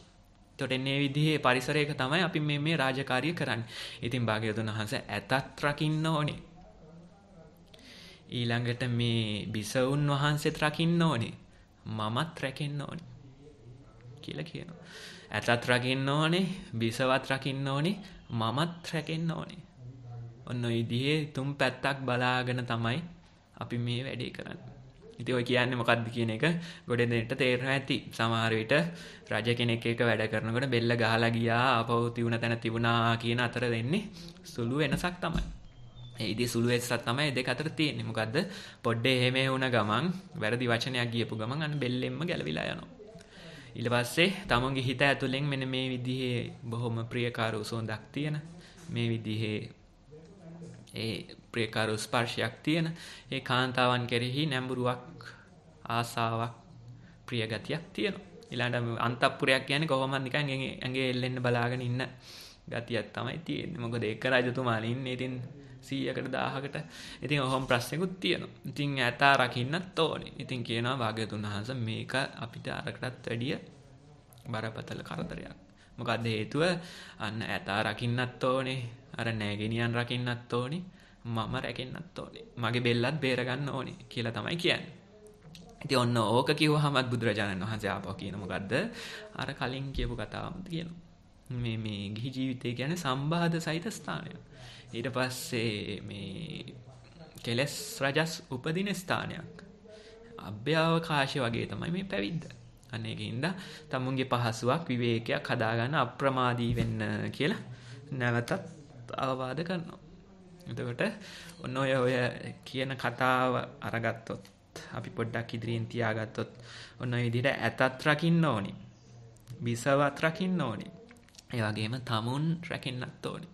එතකොට ඔය තියෙන තනි කර මෙන්න මේ අපි වඩන ප්‍රතිපදාව හා සම්බන්ධ ඒ ප්‍රතිපදාවේ උච්ච අවස්ථාවක් පිළිබඳ ප්‍රකාශයක් තමයි ඔය තියෙන්නේ. මේ අපි සිහිය පුරුදු වෙන්න ගියාම සාමාන්‍ය ඉතින් ඔය ඇවිදින ගමන් වාඩි වෙලා ඉන්න ගමන් එහෙම තමයි වැඩේ පටන් ගන්නෙ. නමුත් එහෙම පටන් ගන්නතර මොකද මෙන්න සිහිය පිළිඹු කරන නියම අවස්ථාවක් මේ පුද්ගලයා දෙන්න සඳහන් කරනවා. නියමෙටම සිහිය තියනවාද කියලා හොයන්න පුළුවන් අවස්ථාවක් මේ පුද්ගලයා දෙන්න සඳහන් කරනවා. මෙන්න මේ අවස්ථාවේදී අපි කී දෙනෙක් නම් ඇතා බේරගෙන තමුණුත් නැසිලා බිසවත් නසාගෙන යන වෙලාවල් තියෙනවා. සමහර විට බිසව බේරලා ඉතුරු ටික නසාගෙන යන දේවල්වල් තියෙනවා. නැත්තම් තමුන්ව බේරගෙන අර දෙක නසාගෙන යන දේවල් තියෙනවා. ඒ විදිහ අවස්ථා කීයක් තියෙනවද? ඔය තුනම රැකගෙන අපි මේ වගේ අවස්ථාවකට මුහුණ දෙන්නේ කොච්චර කලාතුරකින්ද? කොච්චර දුර්ලභ අවස්ථාවක්ද මේ වගේ තුනම රැකගෙන ඉන්න අවස්ථාව. ඔන්න ඒ අවස්ථා තුනම බේරගෙන ඉන්න අවස්ථාව. අනේ එතකොට අනේ ඒ වගේ දෙයක් තමයි මේ කියන්නේ. එතකොට ඔය සිහිය කියන පුරුද්දේ සිහිය කියන හුරුවේ තියෙන උපරිම අවස්ථාවක් තමයි මේ තියෙන්නේ. එතකොට දැන් සමහර විට සම කාලේ එනකොට ඒ එලි බහිනකොට ආපහු ඉතින් අමුඩ ගහගෙන එළියට බහිනකොට එහෙම නැත්නම් කොවිඩ් ලොක්ඩවුන් පොඩ්ඩක් අයින් වෙනකොට ඔන්න ඔය විදිහේ අත්දැකීම් වලට මුහුණ දෙන්න පුළුවන්. මෙන්න මේ ඇතත් බේරගෙන ඊට පස්සේ බිසවත් බේරගෙන මමත් බේරෙන්නේ කොයි විදිහටද කියලා යම් කිසි විදිහක අවස්ථා උදා වෙලා එන්න ඉඩ තියෙනවා. එතකොට මේ අවස්ථාවල අපේ හිතෙන් කොයි විදිහේ සහයෝගයක් අපිට දෙයිද කියලා බලන්න පුළුවන්. කොහොම සහයෝගයක් හම්බ වෙයිද කියලා බලන්න පුළුවන්. ඉතින් ඒ කරපු කියපු කට්ටිය දන්නවා ඇති කොයි විදිහටද සහයෝගය ඒ වෙනුවට කොයි විදිහටද අර ඇබ්බැහියට අර තියෙන නැතියට අර තියෙන ආසාව දිහාවට ඇදිලා යන්නේ කියන එක මේ තැනත්තට දකින්න පුළුවන්. අර හිතෙනුත් එක පැත්තකට අදිනවා. වටපිටාවෙනුත් තව පැත්තකට අදිනවා. ඊට පස්සේ බෙල්ලත් බේර ගන්න ඕනේ. බෙල්ලත් බේර ගන්න ඕනේ. ඉතින් ඒ බේරිල්ල කොහොමද කරගන්නේ කියන එක ඉතින් ටිකෙන් ටික කරලා උත්සාහ කළා බලන්න වෙනවා. මේ විදිහට ටිකෙන් ටික ඒ වගේ අවස්ථාවලට මුහුණ දීලා බලන්න වෙනවා. සමහර විට එකපාරට මේ පුරුද්දට බහැපු ගමන් ආධුනික ශීර්ෂයෙන් ඉන්න කෙනෙක්ට මේ වගේ අවස්ථාවක් අපහසු වෙන්න පුළුවන්. නමුත් බැරි කියලා දෙයක්වත් ඉතින් එහෙමට නැහැ. ඔය ආධුනික බෝඩ් එකත් දවසයි 2යි 3යි තියෙන්නේ. ඊට පස්සේ අර තමුන් ඇතුළත තියෙන ශක්තිය මත පදනම් වෙලා යන ගමනක් තමයි තියෙන්නේ. එතකොට මේ වගේ ඒවා මට නම් බෑ කියලා ඉඳියොත් ඉතින් කවදාවත් පුළුවන් වෙයි කියලා නම් හිතන්න අමාරුයි. ඉතින් ඔය වගේ අවස්ථාවක ඔය වගේ අපි හිතමු මෛතුනිය වගේ අවස්ථාවක ගොඩක් වෙලාවට කෙනෙක් පරාජිත හැඟීමක්, පෙරදෙන හැඟීමක්, මෙන්න මේ බෙල්ලත් ගහලා යන ඇතත් නැති වෙන ඊළඟ බිසවත් නැති වෙන තත්යකට තමයි ගොඩක් වෙලාවටපත් වෙන්නේ. නමුත් ඒ විදිහේ පත්වීමක් තුලින් අපිට යන්න පුළුවන් කොයි විදිහේ ගමනක්ද කියලා කල්පනා කරලා බලන්න ඕනේ. ඉතින් සමහර විට මුලින් වරදින්නත් පුළුවන්. ගොඩක් වෙලාවට ඔය වගේ දෙයක් අවස්ථාව උදා වුණොත් කරනම අදහස තමයි ගොඩ දෙනෙක්ගේ තියෙන්නේ. මග නොඅරින අදහස තමයි ගොඩ දෙනෙක්ගේ තියෙන්නේ. අර විදිහට අවස්ථාවක් උදා වෙලා આવොත්. නමුත් ඉතින් ඒ විදිහේ අවස්ථාවක් උදා වෙලත් ඇවිල්ලා ඊළඟට හිත ඇතුළෙත් මෙච්චර කැමැත්තක් ඒ දිහාවට ඇදීමක් තිවිද්දිත් මේ වගේ දෙයක් නොකර ඉන්න එක්තරා විදිහක කොච්චරනම් පිස්සුවක් තියෙන්න ඕනේද කියලා හිතන්න කල්පනා කරන්න ඕනේ. මේ කොච්චර සිහියක් පිහිටවගෙන ඉන්න ඕනේද කියලා හිතන්න කල්පනා කරන්න ඕනේ. ඉතින් ඒ වගේ අවස්ථාවලට මුහුණ දීලාම බලන්න වෙනවා. මේ වගේ අවස්ථාවක මම කොහොමද ප්‍රතික්‍රියා කරන්නේ? මේ වගේ අවස්ථාවක මම මොන දේවල්ද රැකගෙන ඉන්නේ කියන පරීක්ෂාව කරගන්න පුළුවන්. එතකොට අර විදිහට නොසැලී ඉන්නවනම් අර විදිහට ඒ අවස්ථාව උදා වුණත් අර විදිහට හිතෙන් කැමැත්තක් තියුණත් අර විදිහට බාහිර පරිසරයේ ඒ කටයුතු යෙදිලා ආවත් මේක නොකර ඉන්නවා කියන එක තියෙනවා නම් අන්න ඒක තමයි මේ බුදුරජාණන් වහන්සේගේ ප්‍රතිපදාව. ඒක තමයි නියම අර පෙන්වන ප්‍රතිපදාව. වෙන මුකුත් නෙමෙයි. ඒ වෙනුවට අපි වෙන ඊට අතරමැද දේවල් පෙන්නනවා. නමුත් අර විදිහට කැමැත්තක් තියෙනවා. අර විදිහට අවස්ථාවක් ගැලපිලා ඇවිල්ලා තියෙනවා. නමුත් නොකර ඉන්න පුළුවන්ද? වලකින්න පුළුවන්ද? අන්න ඒ වගේ වැලකීමක් තුලින් මොන විදිහේ ප්‍රතිපදාවක් වැඩෙනවාද කියන එක බලා ගන්න පුළුවන්. ඊළඟ බොරුවක් කියන අවස්ථාවක් උදා වෙලා එනවා. ඊට පස්සේ හිතෙනුත් නැඹුරුවක් තියනවා බොරුවක් කියන්න. නමුත් අන්න පුළුවන්ද බොරු කීමෙන් වලකිලා ඉන්න කියන ප්‍රශ්නේ තමයි තියෙන්නේ. ඊළඟ අපි හිතමු මාස් කන්න කැමැත්තකුත් තියෙනවා. වටපිටාවේ සතෙකුත් ඉන්නවා. ආයුධයකුත් තියෙනවා. පුළුවන්ද නොමර ඉන්න කියන ප්‍රශ්නේ තමයි තියෙන්නේ. ඔන්න ඕක උරගාලා බැලුවොත් තේරෙනවා. ඔන්න අර සතියේ සිහියේ ඒ මුදුන්පත් වෙන අවස්ථාවල් තමයි ඔය වගේ දේවල්. ඉතින් ඒවා ඉතින් වැලකීමෙන් ගෙදර ඇතුළට වෙලා ඉඳීමෙන් ඒ වගේ පරිසර දුරු කිරීමෙන්ම වඩන්න පුළුවන් ප්‍රතිපදාවක් නෙමෙයි. ඉතින් සමහර විට බුදුරජාණන් වහන්සේ මේ පිරිසට මේ විදිහට අවවාද කරාට මොකද ඒ සූත්‍රයේ ඉතුරු ටික කියන්නේ මෙන්න මේ ගිහි ජීවිතයේ ඉඳලා හරි කමක් නැහැ. මෙන්න මේ ප්‍රතිපදාව වඩන්න පුළුවන්ද? මේකට මුහුණ දෙන්න පුළුවන්ද? මේ විදිහේ ආරක්ෂාවක් තමුන්ට හදාගන්න පුළුවන්ද? කියන දිහාවට තමයි ඉතුරු කොටස පෙන්වන්නේ. ඒතකොට මුලින් කියනවා මේ විදිහේ පහසුවක් හදාගන්න, මේ විදිහේ ඒ බාධක රහිත ස්ථානයක් හදාගන්න කියලා. නමුත් අන්තිමට කියනවා අන්න ඒ දරණ ප්‍රතිපදාව තුළම, ඒ ගෙවන ජීවිතය තුළම මෙන්න මේ විදිහේ ආරක්ෂාවක්, මෙන්න මේ විදිහේ පලියක්, මෙන්න මේ විදිහේ තමුන් කෙරෙහි යම් කිසි සිහියක් පිටව ගන්න පුළුවන්ද කියන දිහාවට තමයි දෙවනුව අරගෙන යන්නේ. එතකොට අර සම්බාධ වලින් ඉවත් වුණු පමණින් අර විදිහට අභ්‍යවකාශය වගේ ස්ථානයකට ගිය පමණින් මේ ප්‍රතිපදාව අපිට ඉදිරියට අරගෙන යන්න පුළුවන්. නමුත් නැවතත් අර කුණු ගොඩට වැටිච්ච වෙලාවක, නැවතත් අර කුණු වෙන්න අවස්ථාවක් ලැබිච්ච වෙලාවක තමයි නියමම ස්වરૂපය, නියමම සිහියේ පමණ අපිට හොයාගන්න පුළුවන් එන්නේ. ඉතින් ඒ වගේ අවස්ථා ඕන තරම් උදා වෙලා එනවා. ඒ වගේ අවස්ථා ඕන පමණට මේ ජීවිතය තුලින් උදා වෙලා එනවා. උස් පහත් වීම ඕන පමණට අපේ ජීවිතවල මතුවලා එනවා. ඉතින් එන හැම අවස්ථාවකම ඒවයින් පලා යනව වෙනුවට, ඒවට එරෙහිව සටන් කරනව වෙනුවට බලන්න පුළුවන්ද කියලා මෙන්න මේ බෙල්ලත් බේරගෙන, ඇතත් බේරගෙන, බිසවත් බේරගෙන මේ විදිහට බැලන්ස් එකක් හදාගන්න පුළුවන්ද කියලා බැලුවොත් අන්න ඒ තුලින් තමයි මේ ප්‍රතිපදාව යන්නේ.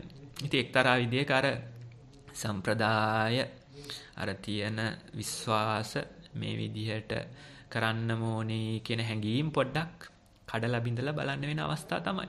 ඉතින් අපි හිතමු දැන් සමහර විට කෙනෙක් හිතනවා දරුවෝ නම් දෙන්නයි. ඒක තමයි මේ සම්ප්‍රදාය. ඒකට අපි හිතමු දරුවෝ 7 දෙනෙක් කිව්වොත් අනේ ඒක ගැලපෙන්නේ නැහැ. ඊළඟට රැකියාව නම් අපි කියනවා මොකද්ද? දොස්තර කෙනෙක් වෙන්න ඕනේ. එහෙම නැත්නම් ඉංජිනේරුවෙක් වෙන්න ඕනේ. අනේ ඒක තමයි නියම රැකියාව මගේ දරුවට කියලා කර දරන්න මතයක් ගෙන හැර දක්වන්න උත්සාහ කරනවා. ඒ වෙනුවට චිත්‍ර ශිල්පියෙක් වුණොත් අන්න ඒ වගේ දෙයක් හරියන්නේ. ඒක වැඩක් නැති වෘත්තියක්. ඔන්න විදිහට අපේ යම් අදහස් තියෙනවා. ඉතින් අර පොත් කන්දක් පාඩම් කරලා අර විදිහට බොහොම අමාරුවෙන් වෛද්‍ය වෘත්තියක් උපයාගෙන දැන් කට්ටිය කොහෙටද ගිහිල්ලා තියෙන්නේ කියලා බැලුවොත් ඉතින් අමාරුයි. දරන්න අමාරුයි. නමුත් අර විදිහේ විවේකීව කරන රැකියාවකට යොමු වෙන්න අපේ හිතේ එහෙම කැමැත්තක් තියෙනවා. ඒ විදිහේ කැමැත්තකට අපේ දෙමාපියන්ගෙන් මොන විදිහේ ප්‍රතිචාරයක්ද ලැබෙන්නේ. ඊළඟට දරුවෝ හදනකොට කල්පනා කරනවා මේ දරුවන්ට දුකක් කරදරයක් නොයන විදිහට මං අග බලා ගන්න ඕනේ. දුකක් කරදරයක් එන්න දෙන්න හොඳ නැහැ කියලා. නමුත් එහෙම හදන දරුවෝ අන්තිමට අර සමාජයකට ගිහිල්ලා වැටුනහම ඒ යම් කිසි අවස්ථාවක් ගැලපිලාම මේ විදිහේ ඇතත් බේරගෙන විසවත් බේරගෙන බෙල්ලත් බේරගෙන ඉන්න ඕනේ අවස්ථාවක් ගැලපිලාම ඉතින් බෙල්ලත් ගහලා යනවා ඇතත් නැති වෙනවා විසවත් නැති වෙනවා වගේ එකක්වත් බේරගන්න නැති තත්යකට තමයි ගොඩක් වෙලාවට වැටෙන්නේ. ඒකින්ද ඔය පොඩ්ඩක් සමාජයට යවලා පොඩ්ඩක් දුකක් පුරුදු කරලා හදන්න වෙනවා. දැන් අපි දැකලා තියෙනවා සමහර විට බස් එකක පොදු ප්‍රවාහන සේවයක දරුවෙක් නොයන යන්න දෙන්නේ නැති පමණට දෙමව්පියෝ පහසු සලසනවා. නමුත් දවසක යන්න උන දවසක මොකක් හරි ගෙදර ප්‍රශ්නයක් මතුවලා හරි බස් එකක එන්න උන දවසට අන්න ඉතින් මේ දරුවට පුළුවන් ද මේ වගේ දෙයකට මුහුණ දෙන්න. සමහර වෙලාවට මිනිහෙක් ඇවිල්ලා හේතු වුණ පමණින් අන්න මේ ගමන වලකිනවා. මේ විදිහට කෑ ගහගෙන අඬාගෙන මේකට මුහුණ දෙන්න බැරි තත්යකට එනවා. එහෙම නැත්නම් අපි බොහෝම අධ්‍යාපන මට්ටම් හොයාගෙන යනවා. නමුත් අර පොළට ගිහිල්ලා එළවලු ටිකක් ගන්න තේරෙන්නේ නැති ස්වරූපකින්. ඉතින් ඇති අධ්‍යාපනයේ වටිනාකම මොකද්ද කියන ප්‍රශ්නේ තමයි තියෙන්නේ. ඉතින් ඒ විදිහට බැලුවොත් යම් පමණකට දුකක් කරදරයක් ජීවිතවලට ආයුතුයි. ඒම හරහා තමයි මේ විදිහේ ප්‍රතිපදාවක් වැඩෙන්නේ. මේ විදිහේ ගමනක් ටිකෙන් ටික දියුණු වෙලා එන්නේ. එහෙම නැතුව කිසිම ඒ විදිහට දෙයකට මුහුණ දෙන්න පුරුද්දක් නැති, ඒ විදිහට සමාජය එක්ක ගනුදෙනු කරන්න පුරුද්දක් නැති, ඒ විදිහට මිනිස්සු එක්ක කතා බහ කරන්න පුරුද්දක් නැති කෙනෙක් කොයි විදිහට නම් අර විදිහේ පාරක් අර විදිහේ අවස්ථාවක් හොයා ගන්නවද මුහුණ දෙනවද කියන දේ අපිට ප්‍රශ්නයක් විදිහට තියෙනවා. ඉතින් ඒ අවස්ථාවවලදී හැම වෙලේම අපි තම තමුන් විදිහට උත්සාහ ගත යුතුයි. මෙන්න මේ ටිකක් වෙහෙසක් ආවට කමක් නැහැ. ඒ වෙහෙස තුලින් මට යන්න පුළුවන්ද කියන ප්‍රශ්නේ තියෙනවා. ඊට පස්සේ සැක සංකාවට කමක් නැහැ. ඒ සැක සංකාව තුලින් මට යන්න පුළුවන්ද කියන ප්‍රශ්නේ තියෙනවා. එහෙම යන්න තේරෙනවා මොකද්ද? මෙන්න මේ උස් පහත් වීම තියුණාට ඒ උස් පහත් වීම අතරේ ගමනක් තියෙනවා. ඒ ගමන අපි යෙදෙන්නේ ගොඩක් වෙලාවට දුර ඈත තියෙන ඒ ආරක්ෂිත භූමියක් දිහාවට තමයි ගමන යෙදෙන්නේ. එතකොට ඒ ගමන යාම සඳහා අනිවාර්යෙන් මේ රළවල උස් පහත් වීම අපි පසු කර යා යුතුයි. මේ රළවල උස් පහත් වීම පසු කරන්නේ නැතුව අපි ඒ දිහාවට යන්න හැකියාවක් නැහැ. ඒ ඉලක්කයට අපිට යන්න හැකියාවක් නැහැ. එතකොට අර රළවල උස් පහත් වීම එන්න අර එහෙම නැත්නම් අපි කලින් කිව්ව විදිහට මේ දුක් මේ ජීවිතේ එන්න ඒ දුක ඒවා කියන අදහසකින් තව රළ උස් පහත් වේවා කියන අදහසකින් අපිට මේවට මුහුණ දෙන්න පුළුවන්. ඒ මුහුණ දෙන්න අපිට තේරෙනවා ටිකෙන් ටික මෙන්න මේ උස් පහත් වීම වලට අපේ තියෙන ප්‍රතික්‍රියාව අඩු වෙලා අර ඈත දූපතට යන ගමන පිළිබඳ අපේ හැඟීම අපේ අවධානය ටිකෙන් ටික වැඩියෙන් යොමු වෙලා එනවා. ඉතින් මේ පෘථග්ජනයා කියන්නේ එහෙම නැත්නම් මේ ධර්මය නොඇසූ තැනැත්තා කියන්නේ මොකද්ද? අන්න අනිවාර්යෙන් මෙන්න මේ උස් පහත් වීම පිළිබඳ කතා කරන කෙනෙක්. නමුත් ආර්යයන් වහන්සේ කෙනෙක් කියන්නේ අනිවාර්යෙන් අර දූපත පිළිබඳ අදහසකින්, අර දූපත පිළිබඳ කතාවකින් ඉන්න කෙනෙක්. එතකොට ඒකයි බුදුරජාණන් වහන්සේ කියන්නේ යම් කිසි විද්‍යාවක පෘථග්ජනයන්ට සත්‍යයි කියලා යම් කිසි දෙයක් තියෙනවද? ආර්යයන් වහන්සේට ඒක බොරුවක්. ඊළඟට ආර්යයන් වහන්සේට සත්‍යයි කියලා යම් කිසි දෙයක් තියෙනවද? පෘථග්ජනයන්ට ඒක බොරුවක්. ඊට පස්සේ මේ මිනිස්සු සාමාන්‍ය මිනිස්සු සැපයි කියලා යම් කිසි දෙයක් කියනවද? ආර්යයන් වහන්සේට ඒක දුකක්. ආර්යයන් වහන්සේ සැපයි කියලා යම් කිසි දෙයක් තියෙනවද? මෙන්න මේ සාමාන්‍ය මිනිස්සුන්ට ඒක දුකක් කියලා අන්න ඒ විදිහට මේ උඩු යටි කුරු කරලා කන පිට පැති දෙකක් පෙන්වනවා. අන්න අර සම්ප්‍රදාය සහ සම්ප්‍රදාය බිඳීම අතර පැති දෙයක් පෙන්වනවා. එතකොට අනිවාර්යෙන් මේ සම්ප්‍රදාය හරහා යා යුතු ගමනක් තියෙනවා. එතකොට මුලින් බාරගෙන පටන් ගත්තට මොකද අන්න ටික කාලෙකින් මේක බිඳලා මේක හරහා යන්න අවශ්‍යතාවයක් තියෙනවා. දැන් අපි බලමු සමහර විට ඔය මුහුදු බඩ දුම්රිය මාර්ගයක වගේ යනකොට අපිට දක්නට ලැබෙනවා මේ වැල්ලේ වාඩි වෙලා යම් කිසි විදියක බොහොම බරපතල කාර්යයක යෙදিলা ඉන්න මිනිස්සෙක්. මේ මිනිස්සයා බොහොම පහසු ඉරියව්වකින් වාඩි වෙලා අන්න අහස දිහා බලාගෙන ඉන්නවා. සමහර විට වැල්ලේ ඉරි අඳිමින් ඉන්නවා. එතකොට අන්න අර අපි වැසිකිළියක් නම් ගේ ඇතුළෙම තියෙන්න ඕනේ කිව්වට මොකද මේ මිනිස්සයාගේ එහෙම අදහසක් නැහැ. අර රේල් පාර කෝච්චි ගියා කියලා අදහසකුත් නැහැ. ඉතින් අර මුහුද දිහා බලාගෙන අහස දිහා බලාගෙන බොහොම විවේකයෙන් යම් කිසි එද කටයුත්තක යෙදිලා ඉන්නවා. එතකොට අන ඕපන් එයා টয়ලට් එකක් තමයි හදාගෙන තියෙන්නේ. ඉතින් ඒ වගේ කෙනෙක්ගේ මේ වටපිටාව පිළිබඳ හැඟීමක්, වටපිටාව පිළිබඳ එහෙම වෙහෙසක් ගැනීමක් අපිට පේන්නේ නැහැ. ඒ වෙනුවට අන්න අර හුරු වෙච්ච දේ ඒ විදිහට කරගෙන යනවා. එතකොට ඕය පිළිබඳ ලස්සන සින්දුවකුත් තියෙනවා මෙන්න මේ සිහියෙන් කොහොමද මේ වගේ කෘත්‍යයක් කරන්නේ කියලා. ඒක ඉතින් අපි පස්සේ දවසක වගේ කියමු. ඉතින් කොහොම හරි අන්න ඒ විදිහේ සම්ප්‍රදායක් විඳින්න අපිට හැකියාවක් තියෙනවා. මේ සම්ප්‍රදාය හරහා යන්න අපිට හැකියාවක් තියෙනවාද කියලා තමයි අපේ ප්‍රශ්නේ. අනේ කරන දේ තුලින් ඒ විදිහ උත්සාහයක් දරනකොට අපේ හිත තුලින් කොච්චරනම් වෙහෙසක් මතුවලා එනවද?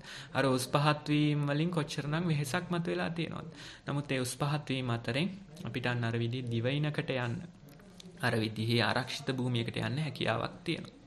ඉතින් එවැනි වූ හැකියාවක් තම තමන් තුලත් දියුණු කර ගැනීම සඳහා, එවැනි වූ ආරක්ෂිත භූමියක් තම තමන් තුලත් මතු කර ගැනීම සඳහා මේ කෙටි ධර්ම දේශනාවත් හේතු වාසනා වේවා කියලා අපි ප්‍රාර්ථනා කරමු. සාදු සාදු සාදු සාදු සාදු